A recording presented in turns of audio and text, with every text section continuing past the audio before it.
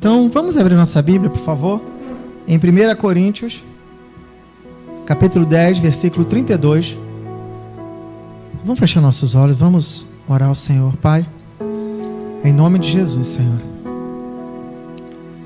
nós te agradecemos porque o Senhor ainda nos dá a oportunidade de podermos ajudar.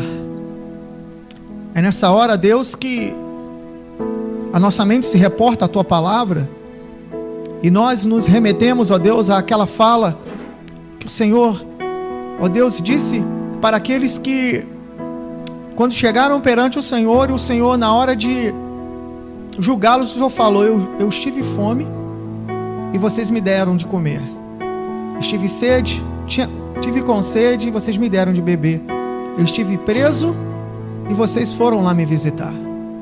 Então, Pai, talvez seja essa a oportunidade de nós, ó Pai, estarmos cumprindo isso, porque às vezes, Pai, nós queremos te ver, nos nossos cânticos, nós queremos te ver, pedimos para te ver e esquecemos que, ó Deus, todos aqueles que te viram, Deus, pereceram, já não estão aqui mais para contar. Mas nós, ó Deus, mesmo assim nós queremos te ver. E quando nós lemos a Tua Palavra, nós vemos que quando Pedro e João caminhavam para ir ao templo, para orar, para te ver, ó Deus, na porta do templo o Senhor colocou um homem para que eles pudessem ajudar. Então, Deus, nós pedimos que o Senhor possa estar nos ajudando no entendimento dessa palavra, para que nós possamos também ajudar aquele quem o Senhor coloca diante de nós. Em nome de Jesus, amém. Vai ser só esse versículo, e a princípio assim, vai ficar completamente, você vai ver que ele vai ficar desconexo, vai precisar que eu faça uma introdução, para que vocês possam saber onde é que eu quero chegar na leitura deste versículo. Diz assim, 1 Coríntios capítulo 10, versículo 32, diz assim: não se tornem motivo de tropeço, nem para judeus, nem para gregos, e nem para a igreja de Deus. Amém? Texto simples, que passaria desapercebido. Eu acredito que hoje ele não vai passar mais, porque quem vem acompanhando as reuniões desta igreja, tanto na parte da manhã, quanto na parte quanto à noite, você vai ver que as mensagens, elas não são aquelas mensagens que você sai saltitando de alegria, com a fé que as coisas vão melhorar e que você está pronto para todo e qualquer embate, mas que na hora que o embate chega, você fica sem saber o que fazer. As mensagens que são dadas aqui nesse lugar são aquelas mensagens que, a primeiro momento, elas parecem amargas, elas parecem difíceis, porque elas vão contrário àquilo que durante décadas ou durante anos, aquilo que você ouviu. Eu pare de sofrer, que Deus te deu vida e vida com abundância, que Deus não quer ver você sofrendo, que Deus quer te ver sorrindo, que Deus quer que toda a tua família se salve, e etc, e etc, etc. E geralmente quando nós chegamos quando você sai da sua casa, que já é uma bênção você estar aqui, né? E eu sei que é uma bênção, porque se eu cumprir todo o ritual para poder chegar aqui, por dia eu gasto quase, por domingo eu vou gastar R$60 de passagem. Então, para sair de Nilópolis, aqui pertinho, né? Eu levaria 1h30, de repente, a pé, para vir para cá. Mas se eu pegar uma condução com a minha família, eu gasto R$60 de passagem.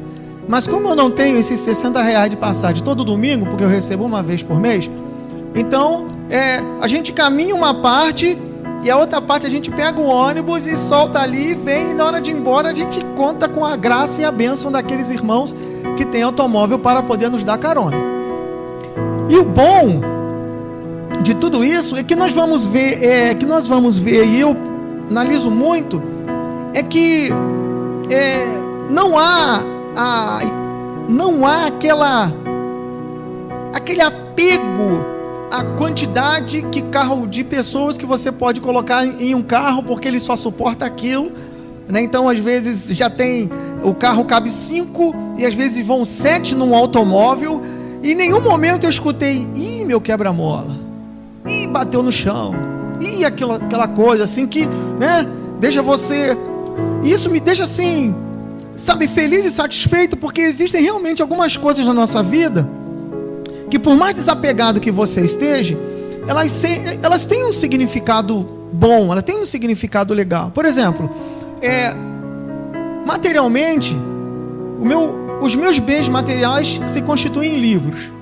Então eu invisto, né, ou investia assim, um determinado valor em livro. Hoje eu já não consigo investir mais. Então eu tenho muito carinho pelos meus livros. E há um tempo atrás, se eu emprestasse um livro meu e ele tivesse com orelha sujo de gordura, eu já ia, sabe, a minha fisionomia iria mudar, porque é algo com carinho. Se o meu filho pegasse um livro meu e porventura ele, né, estivesse brincando, ele rasgasse um livro meu, eu que sou muito calmo, ou eu iria brigar muito com ele, ou iria dar um tapa. Porque são coisas que nós nos apegamos, e são coisas que se entranham dentro de cada um de nós, e sem você perceber, você vai ver que o teu filho, a tua esposa, algumas pessoas que você diz que ama, não são tão importantes assim, porque você sempre vai ter alguma coisa material que vai ser mais importante do que ela. Então, por exemplo, se de repente você tem aquela panela linda e maravilhosa de inox, né? Você gosta daquela panela, você não gosta que ninguém mexa naquela panela. Aí porventura você saiu para fazer alguma coisa, o teu marido vai lá, o teu filho vai lá e vai fazer alguma coisa naquela panela, que aquela panela tem uma manha, né? Então você tem que desligar antes, porque senão ela queima o arroz, e depois aí gruda na panela. Você chega em casa, você esquece que você ama aquele homem maravilhoso, aquela criança que está ali, e você fala um monte para ele, porque aquela panela é mais importante do que ele naquele momento. E quando você olha, quando assim, eu pego a Bíblia para ler, eu não consigo mais ter essas coisas de ficar buscando as palavras que vão satisfazer a minha vontade, e fazer a Bíblia como amuleto, de você abrir ou ter um salmo próprio para alguma coisa. Você pega a Bíblia para poder investigar, através dos erros dos outros, pelo menos eu sou assim, como eu posso não errar mais. Então, a própria Escritura, ela fala que o prudente, ele aprende com seus erros, mas o sábio, ele vai aprender olhando os erros dos outros. Então, é muito fácil eu chegar e falar que Salomão, depois de velho, ficou sem vergonha, né? Então, Salomão, depois de velho, ficou estranho. É muito fácil eu criticar Davi. Tinha tudo, tinha a mulher que queria, mas ele queria a mulher de fulano. Hoje o pastor Léo estava falando sobre a esposa de Jó, né? E ali eu fiquei assim, é muito fácil a gente chegar e falar assim, criticar a esposa de Jó, uma mulher que estava acostumada com o bom e o melhor, está na sociedade, e daqui a pouco passa a situação financeira difícil. Ora, você está acostumado com o bom, entra numa crise, deixa de comer carne todo dia, deixa de fazer os passeios que você fazia todo dia. Quando alguém te chamar para fazer alguma coisa, você fala assim: não, eu não tenho dinheiro, não, eu não posso porque eu não tenho dinheiro, não, eu não posso por causa disso, para ver se nós que somos tão fortes, não vamos surtar em algum momento.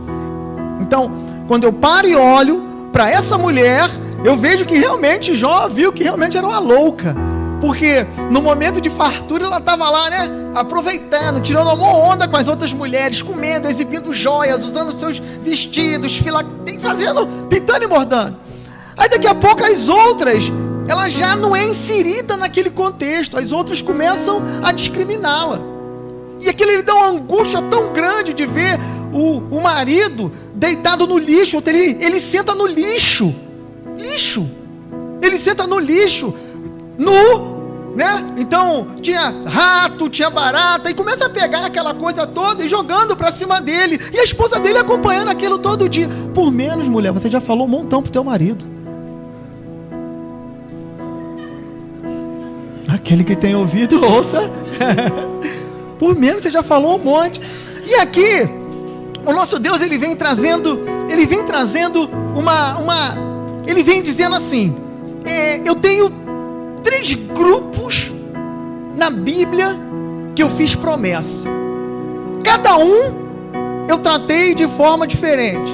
Não adianta você tentar entrar na promessa de um e não adianta o outro entrar na promessa, porque ele é que tem a promessa.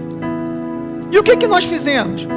Nós simplesmente não sabemos diferenciar o que é a promessa de um, que eu vou falar daqui a pouco, e o que é a promessa do outro. Nós usamos as promessas para aquele nosso momento que nós precisamos. Então, se eu preciso de alguma coisa para minha saúde, eu não quero saber se Deus prometeu para fulano, eu quero saber que eu preciso daquilo que está ali. Então eu vou lá na promessa que foi feita a outra pessoa e vou me apropriar daquela promessa, e por uma questão de fé, isso acontece na sua vida, mas não é regra.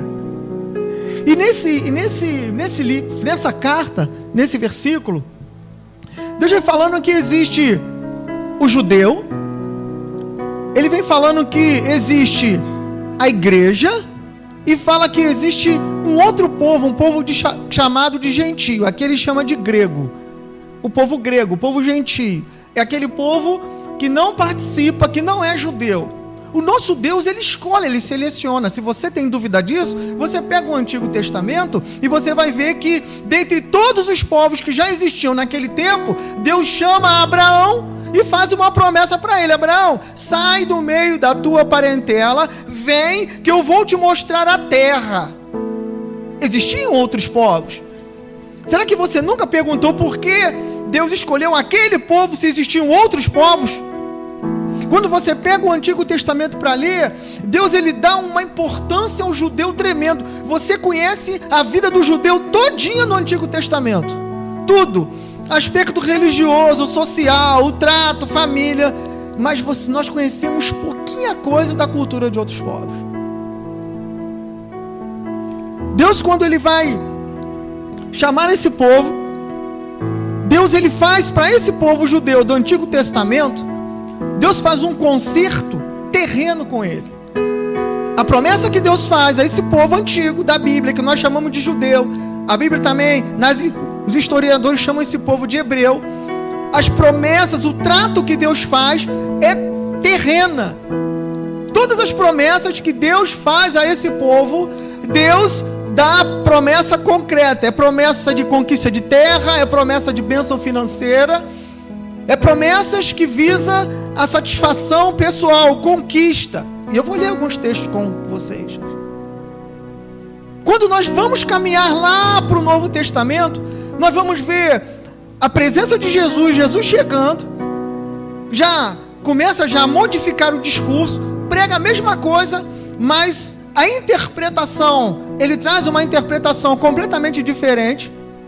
E a partir daquele momento da vinda de Jesus, que veio para poder pregar aos judeus, vem outras pessoas que se convertem, e dessas pessoas que se convertem, eles vão pregar a um outro povo que cultuava aos outros deuses. Então, no Antigo Testamento, esses outros eram só todas as palavras que Deus havia dado, era para que o povo de Israel conquistasse. Então, o conserto era: me obedeça, que vocês terão propriedade, que vocês terão casa, que vocês terão gado, que vocês terão roupa, que vocês terão fama, que vocês serão milionário, que vocês terão saúde, que vocês serão isso, que vocês serão aquilo, e etc, etc. A bênção de Deus estava condicionada simplesmente a obedecer aquilo que está escrito aqui nas Escrituras Sagradas. Então, se você obedecesse aí, depois em casa, você pode ler lá o livro de Deuteronômio, a partir do capítulo 28, do versículo 1 até metade, ele vem falando das bênçãos da obediência. Então, se você obedecesse, cumprisse direitinho, Deus tinha o dever, a obrigação, o compromisso, o conserto de cumprir aquilo na tua vida. Mas por outro lado, se você não cumprisse, aí do meio até o final vem as maldições. Então, se você fosse fiel, Deus iria te dar um terreno. Mas se você fosse infiel, tu ia morar de favor na casa dos outros. Se você fosse fiel, Deus iria te dar saúde. Mas se você não fosse fiel, você iria ficar doente. Então, a bênção de Deus, estava condicionado a como se você obedecia ou não obedecia à lei. E quando Jesus vem, ele prega esse evangelho, ele vai chamar agora esse outro povo, que ele vai constituir, vai ser chamado de igreja lá no Pentecostes. Esse outro povo recebe um outro tipo de promessa. A promessa agora não é mais de nada material. Agora as bênçãos, elas são bênçãos espirituais, porque o reino que esse homem, Jesus Cristo, veio pregar, é um reino espiritual, não é um reino material. Mas então como é que eu fico nisso? Como é que eu fico? Será que eu não vou ter direito a ter uma vida saudável? Será que eu não vou ter direito a ser um homem ou ser uma mulher feliz? Será que eu não posso pedir a Deus riqueza? Sim, pode. Você pode pedir. Mas a promessa que Deus fez não foi essa. Deus, ele não te prometeu isso. E ele começa a fazer uma comparação. Nós vamos ver, eu quero fazer com vocês essa comparação, para poder mostrar qual a promessa que Deus fez. Isso vai ser muito interessante, porque você vai conseguir perceber que várias vezes, para falar em termos de riqueza, de bênção, para falar em termos de, igual o pastor falou, de dizer que a tua vida material é reflexo da sua vida financeira. Então, se isso fosse verdade, alguns de nós, eu acredito que principalmente você saberia que eu não estaria bem espiritualmente, porque eu não possuo carro. Se a vida material fosse um reflexo da minha vida espiritual, você saberia que eu não estou tão bem, porque apesar de eu morar numa casa própria, a casa não é minha, meu pai que me deu, eu não conquistei nada. Você, através de tudo isso que eu falei, eu não teria condições de chegar para você aqui e falar alguma coisa concernente à prosperidade de Bíblia, porque eu não seria um exemplo. Então, os cristãos do Novo Testamento, eles recebem uma promessa que não é muito boa. Não é boa, na verdade não é boa. E eu acredito que se nós tivéssemos esse entendimento antes de nos confessarmos cristãos, antes de você receber Jesus como o Senhor e Salvador, se batizar, talvez a nossa igreja estaria um pouco mais vazia. Talvez alguns de nós não nos colocaríamos naquela posição de ficar questionando e reclamando com Deus das dificuldades que vêm até a nossa vida, das desgraças, das lutas, das coisas complicadas e difíceis que vêm sobre a vida de todo ser humano normal e mortal.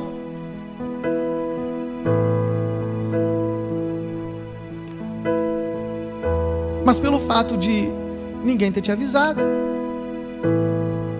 você entrou por essas portas acreditando que a tua vida seria um sucesso, que teu marido iria voltar para casa, que o teu filho ia ser liberto de alguma coisa, que você teria um emprego melhor, que a tua vida, você iria parar de sofrer, que Deus ia te dar a vida e vinda com abundância, você ia começar a tua caminhada, você iria ofertando, você iria fazendo campanha, você iria dando volta, você iria fazendo isso, você iria limpando o banheiro da igreja, você ia se submetendo, e automaticamente as obras que você está praticando iria, segundo, conforme o pastor falou na parte da manhã, iria respaldar a bênção de Deus na sua vida, ou na minha vida. Então, pelo fato de eu viver ainda no Antigo Testamento, eu digo que vir na igreja, cultuar a Deus uma vez por semana, tá bom. Pelo fato de eu ainda estar com a minha mente presa no Antigo Testamento de cumprir ritual, eu vejo que se chover, ainda que eu tenha automóvel, eu não preciso cultuar a Deus nesse lugar, nesse domingo. Eu posso ligar meu aparelho de televisão e ficar em casa. Pelo fato da minha mente estar no Antigo Testamento, o trabalho que eu faço aqui na igreja, eu quero que todo mundo fique sabendo, porque se eu fui chamado para trabalhar junto com alguém e aquele alguém não vem, eu me acho no direito de ter raiva. Eu me acho no direito de ficar chateado com aquela pessoa que não veio. porque eu penso que a obra é minha. Ora, se a obra é de Deus, você foi chamado para trabalhar na casa dele, e cada um vai dar conta de si. E se você faz por amor, a única preocupação que você tem que ter é saber se a ausência daquele irmão foi por um motivo sério ou não, e para por aí. Então vê que algumas coisas das nossas vidas nós estamos presos no Antigo Testamento, mas quando diz para algumas coisas da nossa vida, nós vamos lá para o Novo Testamento. Então, tipo, por exemplo, no Antigo Testamento havia restrição de roupa. E ninguém, para vir para a igreja, consulta o Antigo Testamento, vai consultar o Novo. Vai olhar no espelho e vai deixar a consciência, junto com a ética que Paulo falou. Tudo me é lícito, mas nem tudo me convém. Olha no espelho, ela vê, tanto o homem quanto a mulher, vê que a sua vestimenta está boa, não está escandalosa, ela vem. Então, vê que constantemente nós não sabemos diferenciar onde nós teremos que trabalhar e teremos que viver. Então, agora eu quero que você abra comigo, e aí nós vamos fazer uma comparação. E para que isso? Eu quero só mostrar que agora, para nós, as promessas são completamente distintas daqueles do Antigo Testamento, porque você é igreja. Havia uma promessa para o judeu e havia uma promessa para a igreja. Para os judeus, as bênçãos materiais e a terra. Então você vai ler a todo momento no Antigo Testamento: vai e conquista, vai e faz isso, pega ouro. Olha, a terra que eu vou te dar tem mina de cobre, tem lá uma montanha de ferro, tem diamante, tem isso. Você vai ver o tempo inteiro no Antigo Testamento falando daquilo que se pode pegar, daquilo que homem e mulher pode ver. No Novo Testamento é tudo invisível, é tudo frustrante, é tudo complicado. Que se Deus não tivesse te chamado, se Deus não tivesse te escolhido para você estar aqui, você não estaria. E eu vou mostrar para você agora. Se você pensa que foi você que escolheu Jesus, se você pensa que você vem para a igreja porque você simplesmente, eu resolvi ir. Se você pensa que você está aqui agora, se você pensa que a dificuldade que você passa, elas são, isso depende de você, você está aqui, você vai ver que Deus, se não fosse por Ele, com certeza, nós não estaremos aqui. Então vamos começar a nossa leitura em Gênesis capítulo 12, versículo 1. Então, essa é a promessa que Deus vai fazer ao povo judeu, principalmente a Abraão. Então diz assim, então essa a promessa de Deus fazendo a Abraão. Ora, o Senhor disse a Abraão: sai da terra, da tua parentela, da casa de teu pai, para a terra que eu te mostrarei. Sai da terra, sai da casa do teu pai, eu vou te mostrar um lugar. Não falou que ia mostrar o céu, não falou que ia mostrar nada espiritual para ele, vai mostrar algo palpável. Agora você vai abrir, ou então leia aqui mesmo, Mateus capítulo 8, versículo 20. Jesus, quando perguntado por alguém: mestre, eu vou contigo. Aí o que Jesus fala? Então, lá no Antigo Testamento, Abraão tem uma promessa de conquista de terra. E aqui, Jesus fala assim, igreja, as raposas têm o seu covil, ou seja, têm seus covis, e as aves do céu, seus ninhos, mas o Filho do Homem não tem aonde reclinar a cabeça. Jesus falando, o Filho de Deus dizendo. Deus faz uma promessa para o homem no Antigo Testamento, e aí quando vem Jesus, ele fala assim: agora a promessa de bênção financeira ficou lá restrita àquele povo lá. Aí ele vem trazer outras bênçãos para a gente, e aí nós vamos ver que também nós podemos ter essa bênção financeira, mas é de forma completamente diferente daquela que está ali. Aí depois, numa segunda passagem, Deuteronômio capítulo 8, do 7 até o 9, que vai aparecer ali também. Quero só mostrar para você que a Bíblia ela vem distinguir muito bem esses dois povos que Deus escolheu.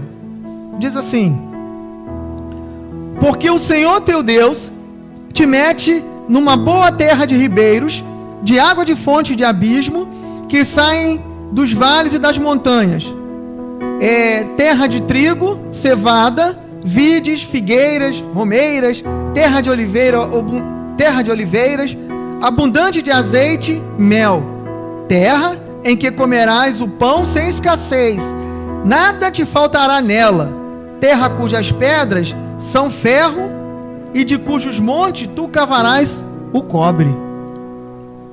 Deus está dando mina. Deus dá mina, Deus ele dá riqueza abundante àquele povo que está ali. Aí vamos lá para o Novo Testamento. Aí o que a igreja recebe de Deus? A igreja diz assim,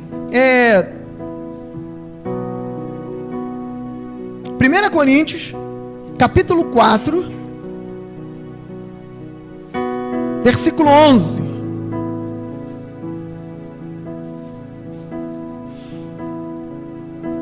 Que diz assim: até esta presente hora sofremos fome, sede, estamos nus, recebemos bofetada e não temos pousada certa. Diferença, né? Mas para mim é melhor viver no Antigo Testamento. Para mim é melhor, porque eu vou cumprir a lei, eu tenho promessa boa. No Antigo Testamento eu venho, faço um esforço tremendo para não pecar, para não errar, para não fazer isso, e a promessa que tem para mim ainda é isso aqui ainda. Eu ainda corro o risco, além de ser bonzinho, além de ser cumpridor de tudo que está aqui, eu ainda posso passar fome, posso passar sede, ainda corro o risco de tomar tapa na minha face. É isso? É que nos espera. Ninguém foi enganado. Ninguém. Existia uma lei, e nós não podemos dizer assim, eu não sabia, porque a lei está ali, a lei está aqui. A lei, ela existe. Nós temos que nos apropriar dessa lei. E como nós vamos nos apropriar da lei? Lendo. Você se apropria de alguma coisa a partir do momento que você descobre aquela coisa. Então, lá em Nilópolis, tem um parque agora que está muito badalado, né? Antigamente era lugar de desova, uma parte ainda é, mas aí o governo, juntamente com a prefeitura de Nilópolis, o governo federal, eles fizeram um trabalho lindo, e Parque do Jericinó. Legal, estão fazendo até piquenique. A área de Nilópolis é fabulada, ou seja, fabulosa. A área de Mesquita ainda é meio complicado, o pessoal não se arrisca muito não, mas é espetacular. Então, iam uns gatinhos pingados para lá, ainda estava muito cheio de mato, né? Agora fica entupido de gente, fica com carro, gente vai fazer piquenique, e à medida que o povo vai descobrir, vai tomando conhecimento, ele vai se apropriando. À medida que ele vai tomando conhecimento, ele se apropria, ele vai a primeira vez, ele gosta, aí ele vai meio sem jeito, só para poder olhar, aí ele dá um passeio, aí daqui a pouco ele já está indo com mochila, já está indo com mesa, está indo com cadeira, já está armando piquenique. E detalhe, lá é um lugar maravilhoso, porque uma vez eu estava lá, aí tinha alguém fazendo o seu ritual, seu ritual, colocando a oferenda lá para o seu Deus, e está lá o funcionário da prefeitura com um carrinho de mão, democraticamente, esperando a pessoa terminar de fazer o seu ritual, oferecer o seu sacrifício, para poder limpar, né? E eu, muito curioso, né? Eu passei, fiquei de longe só observando para ver se ele ia interferir. Então ele ficou a um passo, né? E bateram palma, rodaram, deu quase uns 30 minutos. Isso aqui. Aí terminou, ele com o carrinho. Eu falei, cara, ele vai pegar aquilo. Ele com o carrinho, com a pá, né? Botou tudo na pá, dentro do carrinho, foi embora. O campo ficou lindo e maravilhoso. Todo mundo continuou passando. É um lugar bonito, é um lugar democrático. Só os supersticiosos não podem muito lá, porque de repente você vai passar em cima de um lugar daquele ali, né? Aí pode acontecer alguma coisa, então, aquela coisa toda. Mas é um lugar bonito. Então, à medida que você se apropria das coisas, você começa a descobrir que você tem direito e que você tem deveres a fazer. Então, uma vez em Curitiba, eu reclamei de um iogurte pensando que não ia dar nada. Liguei lá para o saque sistema, peguei o iogurte está complicado, está ruim, pensei que não ia dar nada. Alguns dias depois bateu um carro na minha porta, né? Me deu uma outra bandeja de iogurte e levou aquela para análise. Passando uma semana depois eu recebi um comunicado: senhor Paulo, o iogurte estava bom ainda, estava legal e tal, foi algum problema. E eu fiquei assim, cara, reclamar dá certo.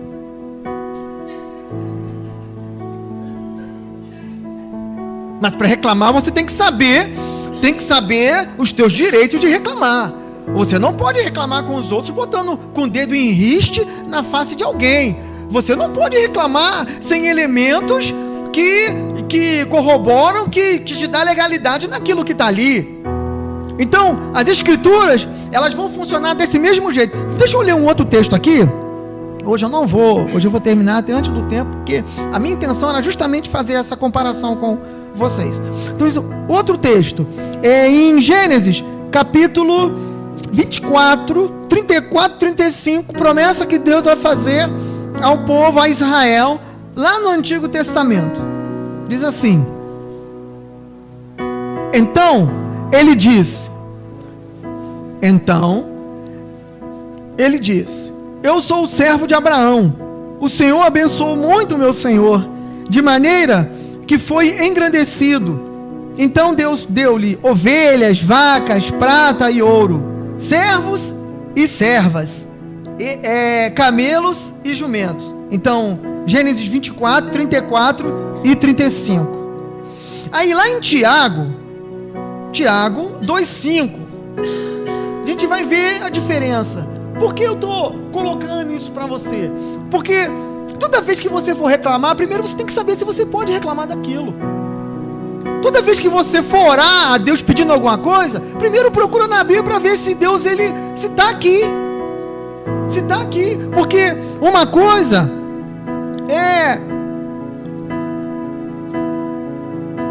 deixa eu procurar aqui o termo correto.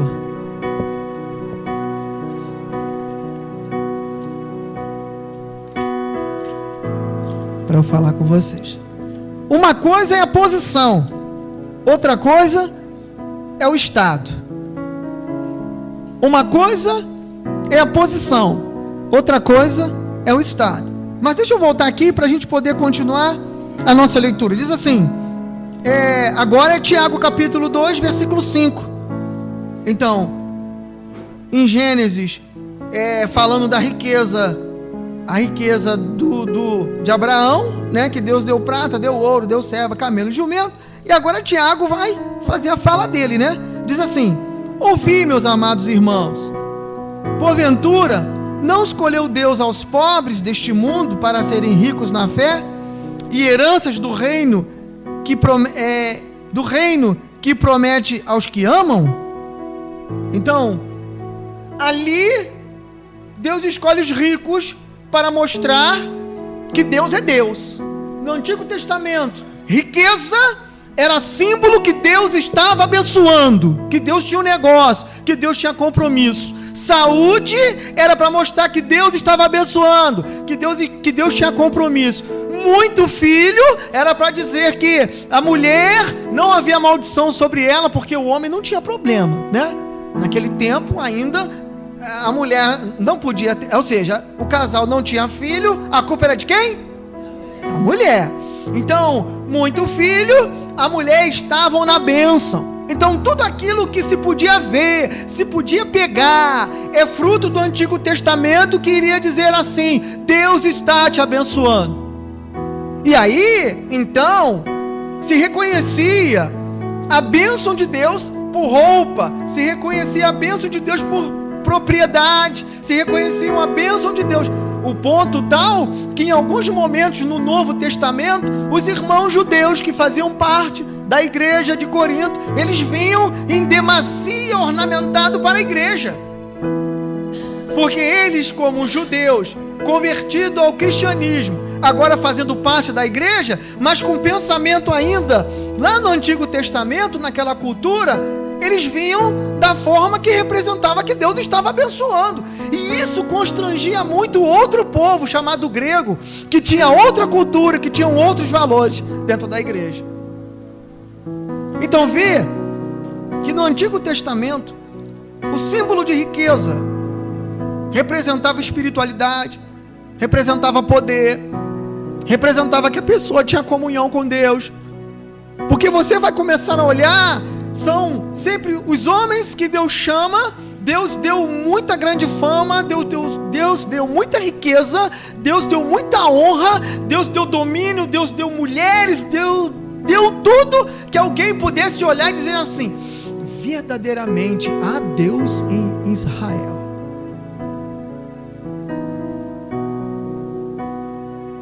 Em alguns momentos, em pleno século 21, nós vamos ainda observar alguns desses sinais acompanhando a igreja evangélica nos dias de hoje.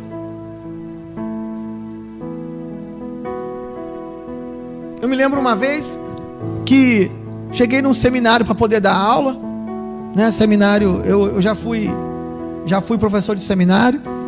Aí cheguei no seminário para poder dar aula, sempre tive bicicleta.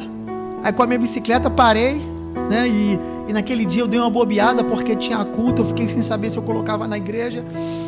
E aí o líder da igreja olhou para mim, né?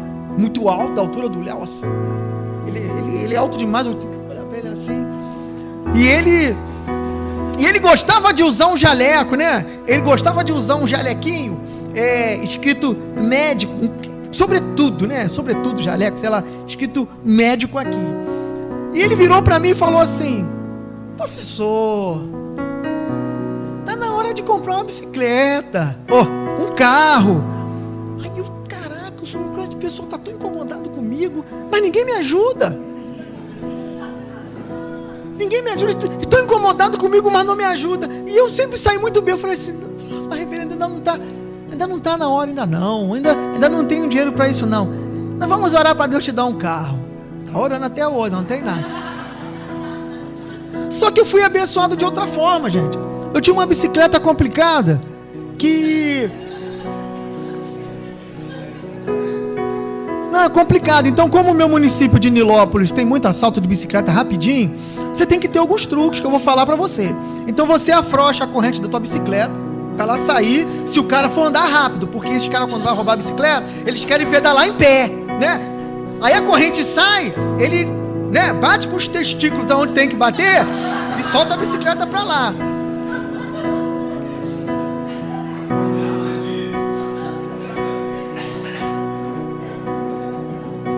Quem tem carro coloca trava, quem tem carro coloca no seguro, né? Você tem que aplicar. E eu fui botar minha bicicleta, me deu uma pena do cara, que eu tô desamarrando minha bicicleta, o cara para aí e fala: perdeu. Aí eu olhei para ele: meu Deus do céu, perdeu o quê? Ele pegou minha... Mas foi, gente. Ele pegou a bicicleta e saiu. Eu ainda pensei assim: meu Deus, se eu grito aqui agora, pega ladrão, o cara pode tomar um tiro e morrer por uma bicicleta que não valia R$60. Eu poderia correr atrás dele, me embolar com ele no meio da rua. Preferi deixar ele levar.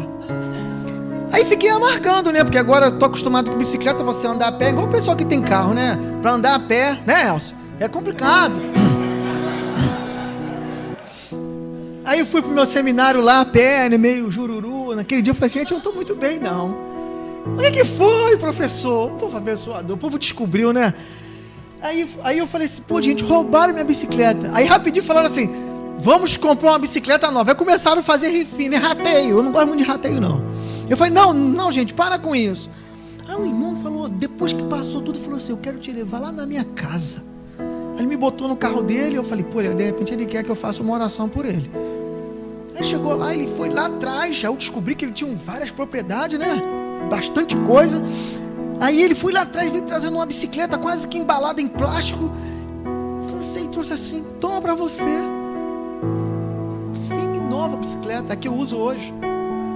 ótima, espetacular. Aí pergunta a Cristiane como é que ela está. Então assim, Deus ele trabalha não às vezes da forma que você gostaria, porque hoje, gente, pode parecer simples você ter um carro, mas tem gente que tem muita dificuldade, ainda não consegue ter um automóvel. Alguém fala pra você assim, e quer ver me matar? Alguém fala assim, mas é tão fácil, pra você pra mim não é. Quando você domina um assunto, né? Aí você está explicando a alguém, aí você fala, fulano, isso é fácil. Aí vai subindo um nervoso. Então, alguém falou assim, fulano, hoje está tão fácil comprar uma bicicleta. Viu como é que eu gosto de bicicleta? Comprar um carro. Aí eu penso assim, são 36 prestações ou 50 de não sei tanto, eu não sei o dia da manhã, eu tenho filho, minha esposa fica dodói, meus filhos podem ficar dodói, hoje eu estou empregado, amanhã eu posso não estar. Você tem que pensar um monte de coisa, porque é compromisso. E carro, gente, carro da busca e apreensão dá um monte de problema, né? Carro não é igual um eletrodoméstico que fica lá e teu nome suja, não. Vai alguém lá, para o reboque e todo mundo fica vendo. Mas eu vou comprar um. Não gosto de dirigir. Não gosto. Mas eu vou aprender a dirigir, vou comprar um automóvel e quem vai dirigir vai ser minha esposa. Mas vamos lá. E olhando agora Deuteronômio capítulo 28, versículo 7. 28, 7. Já botou ali? Deuteronômio 28, 7. Eu vou ler aqui. É que aqui tá, né? Tá um pouco diferente, mas eu vou ler aqui, porque se eu ler ali, eu vou me atrapalhar. Diz assim. Deixa eu ver se tá fazendo alguma coisa.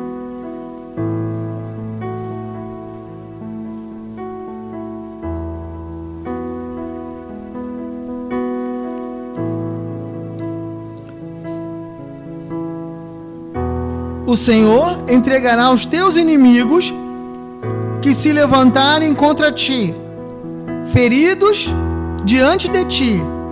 Por um caminho sairão contra ti, mas por este caminho fugirão de ti. Oi? 28, 7. Ah, é pro 7? Esse meu óculos já está uma negação. Tá, vamos lá. E agora em João. Então, olha só, gente. Aqui, Deus está falando assim, você vai ser o cara, né? Você vai ser o cara, você vai ser o fortão. Ninguém pode estufar o teu peito, que aonde você entrar, você vai bater em todo mundo. Qualquer um que vier, você fica tranquilo, que você tem a força. Eu estou contigo, você vai ser o fulano. Eles vão correr, eles podem vir, quem quiser vir, pode vir com patota, com gangue, podem fazer judaria, crocodilagem, o que quiserem, mas eles vão sair correndo, eles vão fugir. Isso é que Deus falou. Deus fala assim, vocês não estão me obedecendo? Então olha só, podem ser quantos forem, eu estou com vocês. Aí, no Novo Testamento, a mensagem já é outra, que dá uma tristeza, gente, de ser crente. Quando eu leio, dá uma tristeza, mas ao mesmo tempo dá uma felicidade muito grande, porque assim, você consegue observar que se não fazem isso é porque Deus está te guardando, porque Deus diz que iriam fazer. Então, João capítulo 16, versículo 2.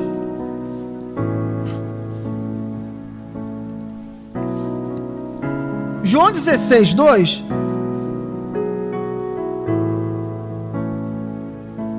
Diz assim. Então, vê só, aqui eles vão expulsar, né? Aí tá falando, aquele judeu que vai ouvir a palavra, que vai acreditar na palavra, você que é crente, diz assim: expulsar-vos-ão das sinagogas. Vem mesmo a hora em que qualquer que vos matar cuidará fazer um serviço a Deus. Antigo Testamento não tinha isso não. Vai matar, chega lá e mata alguém do povo de Deus, não tinha isso não. A outra nação, Deus iria mover um espírito para ir contra aquela nação, e por causa de um ia acontecer um monte de coisa no Novo Testamento não. O crente, quando morre a serviço no Novo Testamento,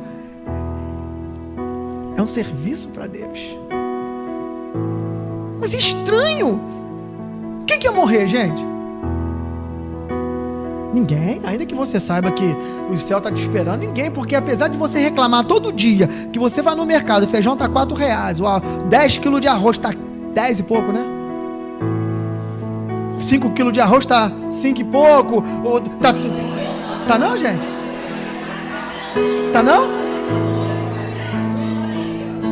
Apesar de saber tudo isso, e você chegar em casa, reclamar com o teu marido, falando assim: o dinheiro que você me deu, amor, acabou. Não compro não, mano, porque eu estou desatualizado mesmo de mercado. O dinheiro que você me deu não está dando não, está tudo pela hora da morte. Eu comprava 4 potes de margarina, só deu para comprar 3. Só tem para comprar, mesmo com toda essa reclamação, ninguém quer ir embora desse mundo. Tu reclama que o IPVA tá caro, que o aluguel tá caro, a net tá cara. Você reclama que tudo tá caro, que o mundo tá difícil, a baixada tu não pode sair. Quando você sai, teu marido recomenda, tua mãe recomenda: meu filho, pelo amor de Deus, vem te bem, se pega a ruda e passa em você, e manda tu sair com figa, e faz a oração, e deixa a gente orando em casa, e faz tudo, e se apega com o santo, leva essa figa, esse aqui, meu filho, leva celular, tudo, e a partir, mesmo assim, você não quer ir embora. Não, porque tem crente, né? Sabe que tem crente que gosta de uma simpatia, né? Quando tá... gente, quando tá... Olha só, quando tá com soluço, teu filho tá com soluço, você não coloca um papelzinho na testa? Que o papel tem a ver com a...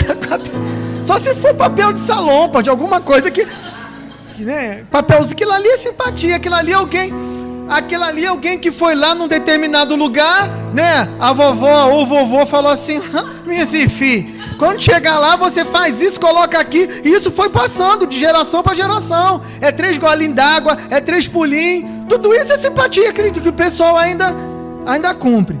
Mas vamos continuar aqui. Vamos ver um outro texto, gente. No Antigo Testamento. Deuteronômio 28:13.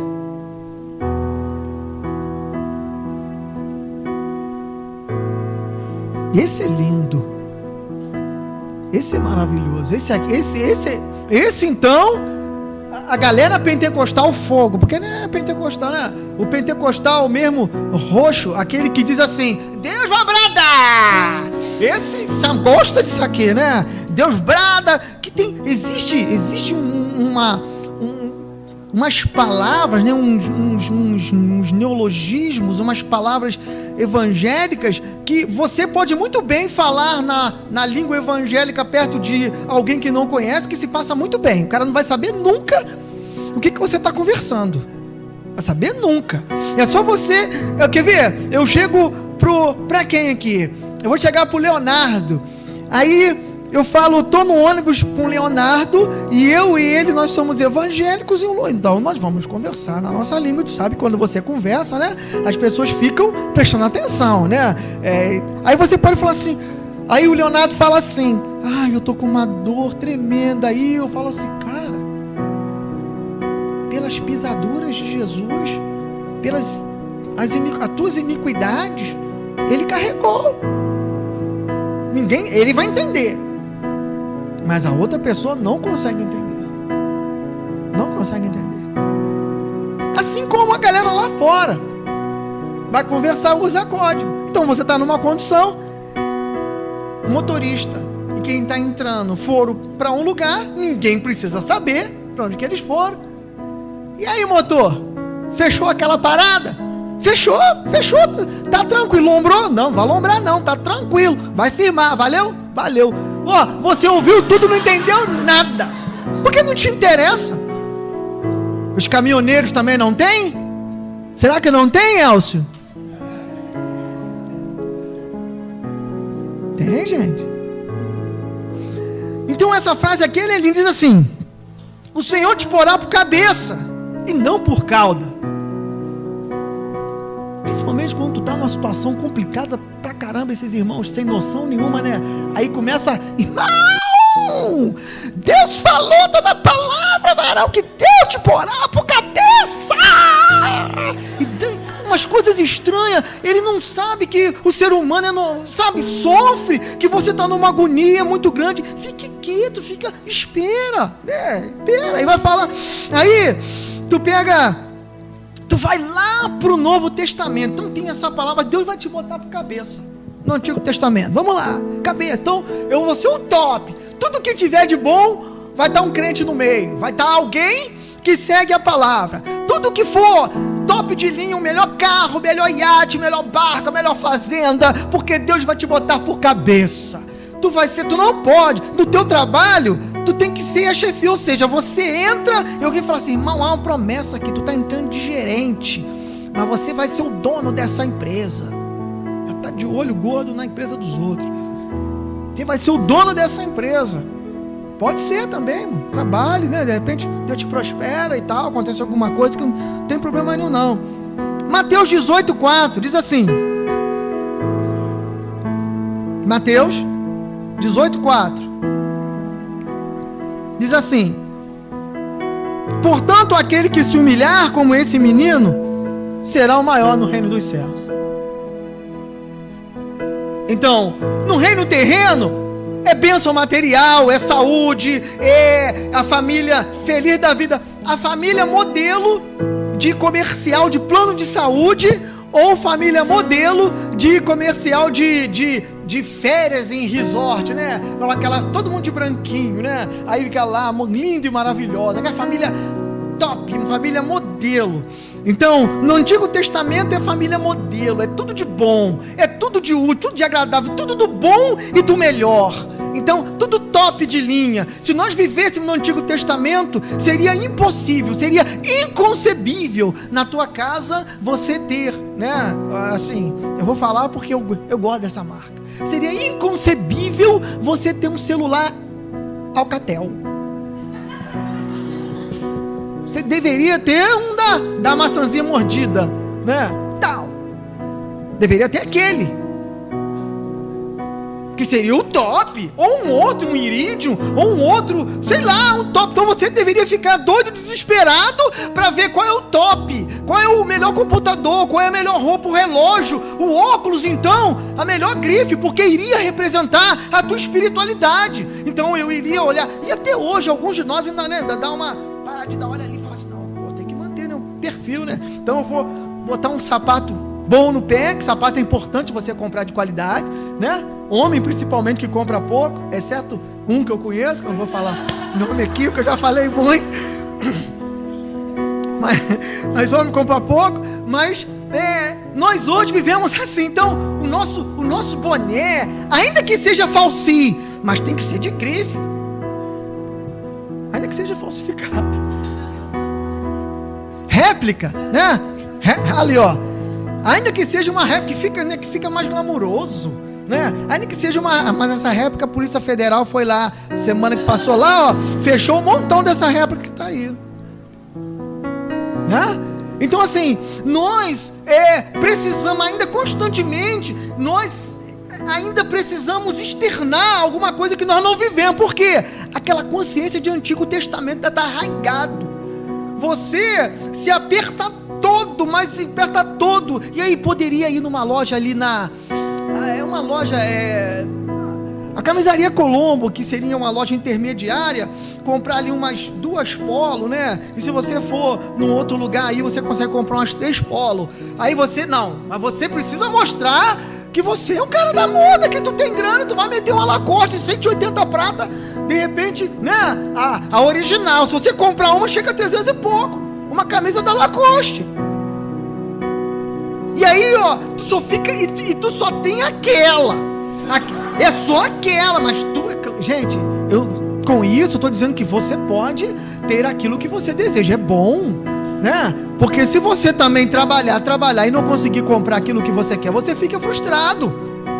Então, os homens e as mulheres dessa igreja, se você trabalhar, e a tua comida, e teu dinheiro for só para pagar a conta e comprar comida, se você não conseguir comprar uma pecinha para você, tanto homem quanto mulher, se você não conseguir comprar o relógio que você gosta, a jaqueta linda e maravilhosa, se você não conseguir comprar uma coisa com o fruto do seu dinheiro, daqui a pouco você está falando assim: eu trabalho e não consigo desfrutar do meu dinheiro.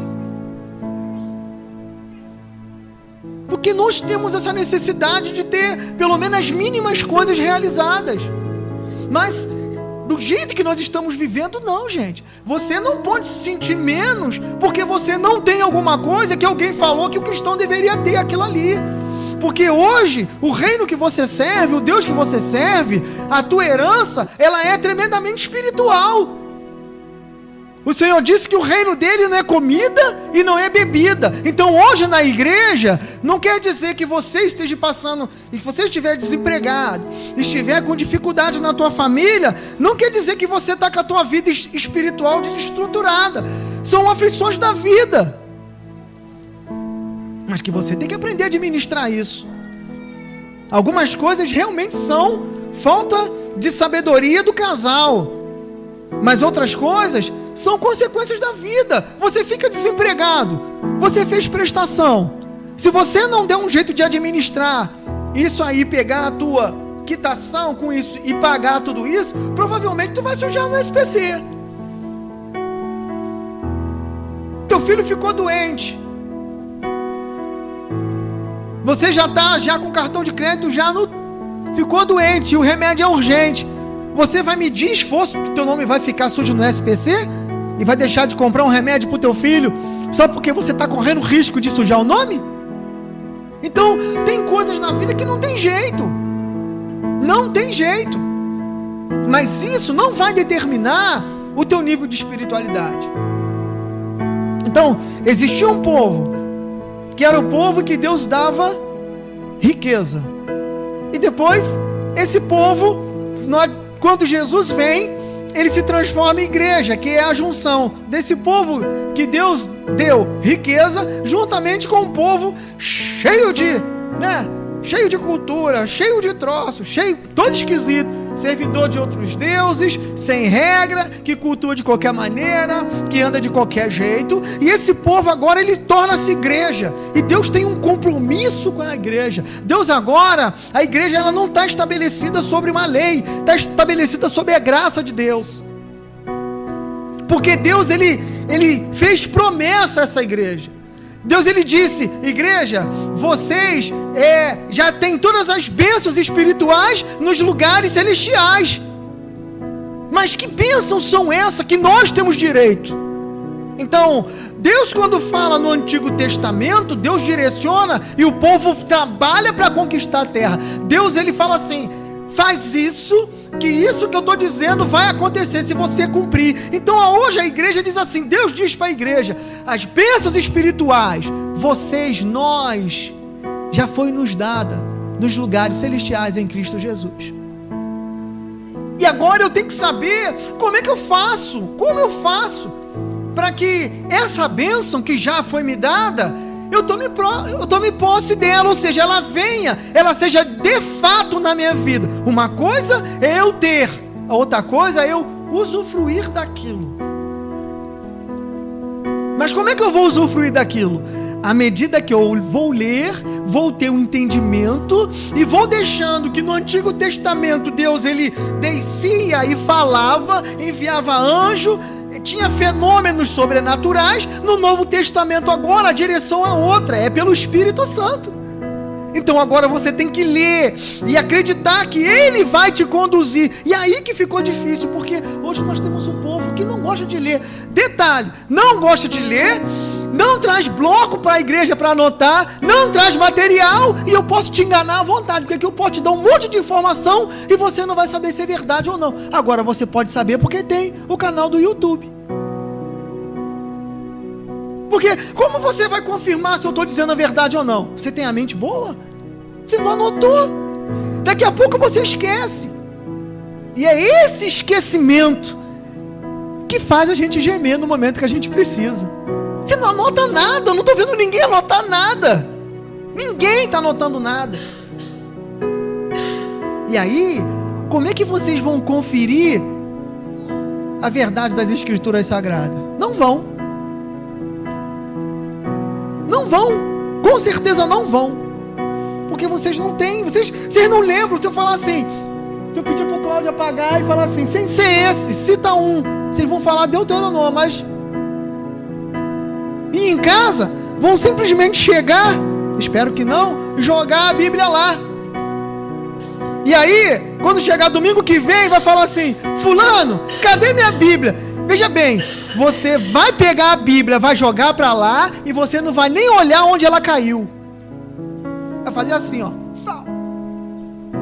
Porque se você pelo menos jogasse e prestasse atenção, você ia olhar, joguei a Bíblia ali, caiu debaixo da cama. Domingo que vem, quando você fosse procurar, até falar assim, da última vez ela jogou debaixo da cama. Você ia olhar lá, ela estaria lá. Então, eu finalizo. Quando você reclamar, eu vou deixar uma palavra para a igreja. De que, pois, se queixa o homem vivente? De que reclama o homem vivente? Reclame dos seus próprios pecados. Vamos ficar em pé em nome de Jesus.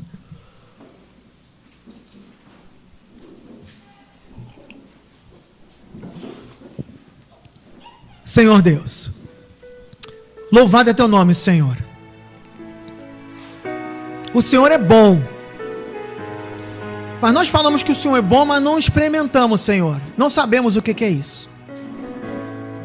Porque nós ainda estamos gemendo, reclamando, murmurando. Nós ainda negociamos o nosso momento de adoração contigo, de comunhão contigo. Ainda medimos esforços para fazer aquilo que nós sabemos que deveríamos fazer. Na verdade, nós estamos igual o Jó no primeiro momento, conhecer de ouvir falar. Mas não experimentamos ainda a tua bondade. Porque se experimentássemos, ó Deus, a tua bondade, Deus, isso seria manifesto. Mas eu sei, Pai, que o Senhor dia após dia tem nos dado oportunidade para isso. O Senhor tem feito um convite a cada um de nós. Diz, provai de mim e vede que sou manso e humilde de coração. Vinde e bebei da água que eu tenho para poder lhe oferecer. O Senhor disseste que aquele que tem sede deveria vir, ó Deus, e beber da água do Senhor. E aquele que tem fome deveria comer do pão da vida, que é Jesus Cristo. Então, Deus, nós pedimos a tua ajuda. Ajuda na nossa incredulidade. Ajuda na nossa falta de fé, Deus. Porque nós confessamos o evangelho de boca, mas de prática nós somos fracos. E eu o primeiro, Senhor, eu sou o primeiro a declarar isso. Porque, Deus, no momento em que o pastor Léo falou, Deus, sobre essa ajuda humana, Senhor, nós deveríamos estar, ó Deus, levantando todo mundo para poder pegar esse envelope. E deveríamos estar, ó Deus, até mesmo disputando de uma forma boa. Porque nós saberíamos que bem-aventurado não é o que recebe, mas o que dá, Deus. Nós saberíamos que quando nós abençoamos, que a nossa função é essa, porque está escrito, ó Deus, que nós quisermos te adorar, Deus, nós temos que fazer a esses a quem o Senhor tem colocado perante a nós. Então o Senhor colocou este homem, Senhor, na vida do pastor Léo, e ele trouxe para essa igreja, e nós, ó Deus, na fala dele nós ficamos imaginando, de onde eu vou tirar? Porque eu tenho que pagar isso, eu tenho que fazer aquilo. De repente o problema não é meu, mas eu quero dizer, Senhor, me ajuda, Pai. Nos ajuda a contribuir para a libertação desse irmão, em nome de Jesus. Pai, durante a nossa semana nós queremos ser um canal de bênção para todos aqueles, ó Pai, que estiverem em contato conosco, em nome de Jesus, amém. Gente, Deus te abençoe mais uma vez.